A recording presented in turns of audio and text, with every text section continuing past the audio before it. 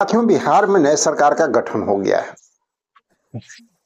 CM माननीय मुख्यमंत्री नीतीश कुमार जी पुनः एक बार दोबारा बन गए हैं और इसके साथ साथ एक बहुत जबरदस्त जानकारी, बहुत जबरदस्त जो बात निकल करके सामने आ रही है वो है हमारे अपने सम्राट चौधरी के लिए।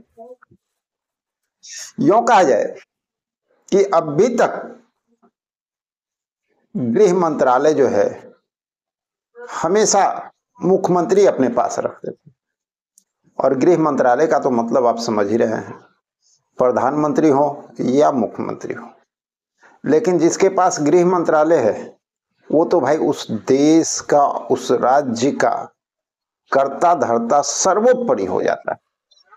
तो कहीं ना कहीं सम्राट चौधरी को एक बहुत बड़ी जिम्मेवारी मिली है गृह मंत्रालय के रूप में। अब गृह मंत्रालय जब उनके हाथों में है तो अब सवाल उठता है, दो महत्वपूर्ण सवाल है। पहला सवाल है हमारे ग्रामीण चिकित्सकों के लिए, चूंकि ग्रामीण चिकित्सक के लिए सम्राट चौधरी जी कई बार हम लोग के सभा में आ चुके हैं, वादा भी कर चुके हैं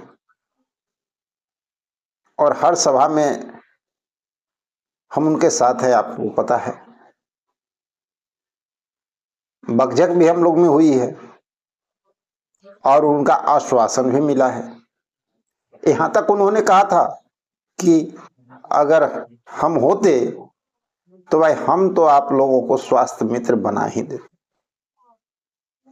जो सबसे शुरुआती दौर से हम लोगों का मांग था स्वास्थ्य में, उन्होंने साफ कहा था कि आपको तो स्वास्थ्य मित्र हम बना देते हैं। अब तो सिर्फ ये पहले हम लोग कहते थे हाथों में है तो हमारा काम नहीं हो रहा है, लेकिन अब तो गृह मंत्रालय भी उनके हाथों में है। कहने का तात्पर्य है कि अगर गृह मंत्रालय भी हो तो गृह मंत्रालय एक ऐसा मंत्रालय है कि बाकी जितने भी मंत्रालय हैं सबको दिशा निर्देश वहां से दिया जा सकता है और गृह मंत्रालय अगर चाह ले तो कोई भी काम असंभव नहीं। तो ग्रामीण चिकित्सक के साथ साथ जितने भी हमारे संविदा कर्मी साथी हैं उनके लिए भी ये जानकारी महत्वपूर्ण हो जाती है कि आप सब लोग अपने अपने मंत्रालय में तो संपर्क करेंगे ही, अपनी बातों को पहुंचाएंगे ही, लेकिन एक बात का ध्यान रखेंगे कि गृह मंत्रालय सम्राट चौधरी जी को मिल चुका है, यानी उनका पहल जो है आपके भविष्य बना सकता है।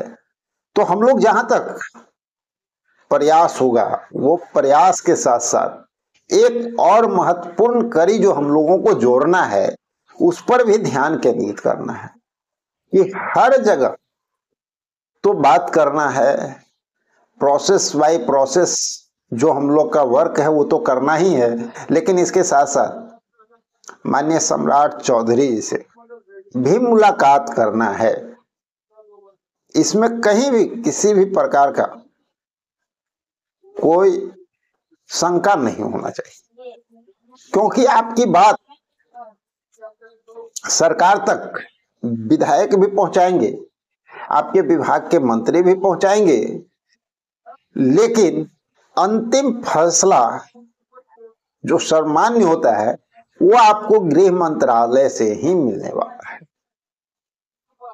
गृह मंत्रालय अगर किसी फैसले पे मुहर लगा दे, क्लियर कर दे कि ये काम होना है, तो उसको रोकने वाला कोई नहीं। पहले हम लोग कहते थे, याद कीजिए हर बार, कि भाई सब कुछ मुख्यमंत्री के हाथों में तो है। अगर कोई मंत्रालय हमारी बात नहीं सुन रहा है, कोई विभाग हमारी बात नहीं सुन रहा है, तो माननीय मुख्यमंत्री तक बात पहुंचाया जाए, वो अगर एक्शन लेंगे तो सब मजबूर हो जाएगा। रीजन पता है क्या था? रीजन ये था कि सामान्य प्रशासन विभाग के साथ साथ गृह मंत्रालय भी हमेशा वो अपने पास रखते थे और सबसे बड़ी ताकत अगर किसी मंत्रालय में है तो वो गृह मंत्रालय में है। सच पूछा जाए कि जिसके पास गृह मंत्रालय होता है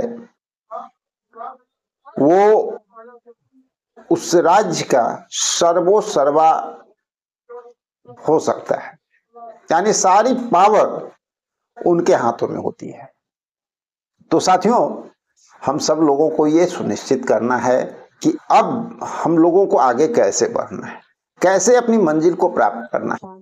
आप आशा कार्यकर्ता की बात करते हैं, जिनका अल्प मानदेय वृद्धि हुआ था वो भी अभी काफी बेचैन हैं, उनको भी एक सम्मानजनक मानदेय वृद्धि चाहिए और उसके लिए इनको भी लगातार जो है प्रयास करना होगा।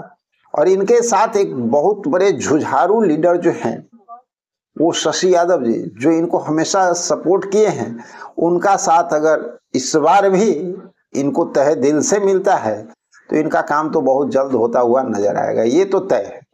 क्योंकि जिस ढंग से वो लड़ाई लड़ते हैं, आपको मंजिल तक ले जाने का दम रखते हैं, हर तरह से रोड से लेकर के सदन तक सरकार को बेचैन कर देते हैं और जबरन उनसे वो बात निकलवा लेते हैं। और आपको पता होना चाहिए कि स्वास्थ्य मंत्रालय की भी बात किया जाए तो एक बार पुनः मंगल पांडे जी को ही मिला है, जो पहले भी स्वास्थ्य मंत्रालय में हमेशा रह चुके हैं। तो ये कहीं ना कहीं ग्रामीण चिकित्सक के साथ साथ और भी बहुत सारे जैसे एएनएम हो गए, इनका भी लगातार जो मांग उठ रहा है, इनकी बात को भी सुनी जानी है। तो इनके लिए भी ये एक अच्छी बात है कि चलिए भाई, मंत्रालय उन्हीं के पास है और उनके नॉलेज में सब कुछ है। अब सिर्फ और सिर्फ अपनी बातों को पुनः एक बार अपने आप को जागरूक होने का जो है मैसेज हमें वहां पहुंचाना है। हमें ये बताना है कि हम लोग जो है जागरूक हैं अपने मांग के प्रति, और एक बार पुनः जो है उन तक मैसेज जाना चाहिए और हम सब लोगों को अपनी प्रक्रिया शुरू कर देनी होगी। ममता हो गए, रसोईया हो गए, हमारे वार्ड सचिव हो गए, वार्ड सदस्य हो गए, डीलर हो गए, बहुत सारे जो विभाग हैं, ग्राम रक्षा दल, 112 के चालक, बहुत सारे जो हमारे संविदा कर्मी हैं जिनकी मांग उस समय जो नहीं सुनी गई थी, उन सब लोगों के लिए एक सुनहरा मौका, अवसर मिला है। इसलिए हम कह रहे हैं, क्योंकि देखिए दो बातें हैं, गवर्नमेंट तो बनी ही है लेकिन फुल मेजोरिटी के साथ बनी है। इतना बड़ा बहुमत है कि अब ये सोचना टेंशन ही समाप्त है कि भाई अब कोई गवर्नमेंट ये कह दे आपको कि हम अगर कोई काम करते हैं तो विपक्ष जो है टांग अड़ाएगा, इस तरह की तो कहीं कोई बात अब रही ही नहीं। इसलिए जो है आपका काम बन भी सकता है, बशर्ते हम लोगों को सही मार्ग पे, सही समय पे, सही दिशा में काम करने की आवश्यकता है। तो इन सारी बातों को देखते हुए हम सब लोगों को अब ये बहुत जरूरी है सोचना कि हमारे हित में जो लोग काम कर रहे हैं उनके हाथों को भी हम लोग मजबूत करें। लेकिन हाँ, और इस बात पर भी ध्यान रखना है कि कितने ऐसे बिचौलिए हैं, कितने ऐसे लोग हैं जो सिर्फ हम लोगों को भ्रमित करेंगे, सिर्फ ठगेंगे। क्योंकि लंबे अरसे से हम सब लोग लगातार मांग कर रहे हैं, लेकिन लास्ट जाते जाते हम लोगों के हाथ क्या लगता है। इन सारी बातों को सोचना है, समझना है और एक सही निर्णय लेकर के हम सब लोगों को कदम आगे बढ़ा देना है। संख्याकी स्वयंसेवक की बात करें तो इनके लिए भी काम बन सकता है, ऐसी बात नहीं है। मीटर रीडर बहुत सारे जो हैं वो कमेंट करते हैं कि सर हम लोग का तो कुछ है नहीं, कैसे होगा। देखिए होगा, सबसे बड़ा चीज है आपका इच्छा शक्ति। आप सब लोगों में अगर एकजुटता बना हुआ है, एक नेतृत्व करने वाले जो कर्मठ और ईमानदार हो, जो आपके विभाग के प्रति ईमानदार हैं, वो अगर आपका साथ देते हैं, आप लोग अगर आगे बढ़ते हैं, सरकार तक अपनी मांग पहुंचाते हैं, तो आप जनता हैं, इस देश के नागरिक हैं और एक नागरिक का ये अधिकार है सरकार से अपनी मांग को रख सकते हैं।